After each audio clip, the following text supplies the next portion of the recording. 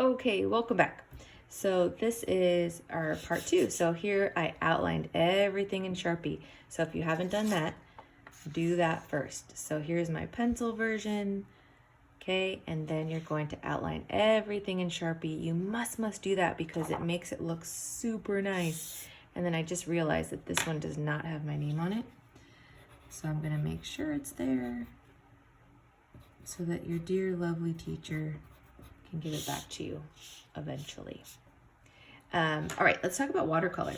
So really important, when we're doing watercolor, we make sure that we put a puddle in there. So if I'm using green, I'm gonna get my brush loaded with water and I'm gonna keep dropping it in there until I have like a swimming pool. I want it to be super useful. Okay, and then it's so much easier and nicer to spread that color around. So I'm assuming now you did your Sharpie and now you're back and you're looking at just a little bit of an idea of how to watercolor. So I like to make sure that I go carefully around with my brush. I use the tip of my brush to guide me, and then I just keep loading up my brush with more paint. I wanted to show you a couple things and then just kind of let you go for it. And one of them was if you make a mistake.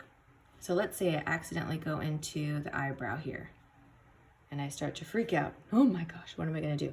Okay, well, this is actually not too scary. So first, you're gonna get that paper towel we talked about. You're gonna blot. Ooh, look, right away. Since I did it so fast, it took most of it off. And since I'm gonna do that black, we're good. I even got some here. I could dip it in my water.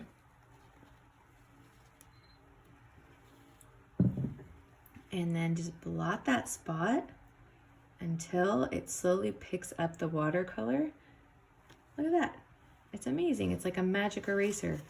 So use those paper towels. Be clever with those. And then just so you know, you want to make sure with this paper that you don't go over too much water, too many strokes with the paintbrush, because what will happen eventually is that that paper will kind of get pulpy and it will start to tear, okay? All right, so I did my skin green because my monster's green. And then I'm doing my bolts like a gray, and I wanted to show you how to do the gray. So to do some gray, I just used my black. So I gotta clean my brush, all that green out of there. I do some black, and then, ooh, I got a lot of black on there. Yikes. Well, this is good. This will show you. So that's super black. Now you may want them black, that's great, but oh, sorry. I'm gonna use my paper towel, and I'm going to carefully blot it. And look at that, now it's gray.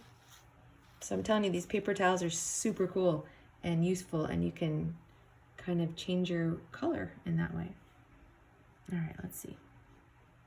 Get this bolt. Now hopefully we're just painting together at this point. Got this one. And then I'm gonna dab.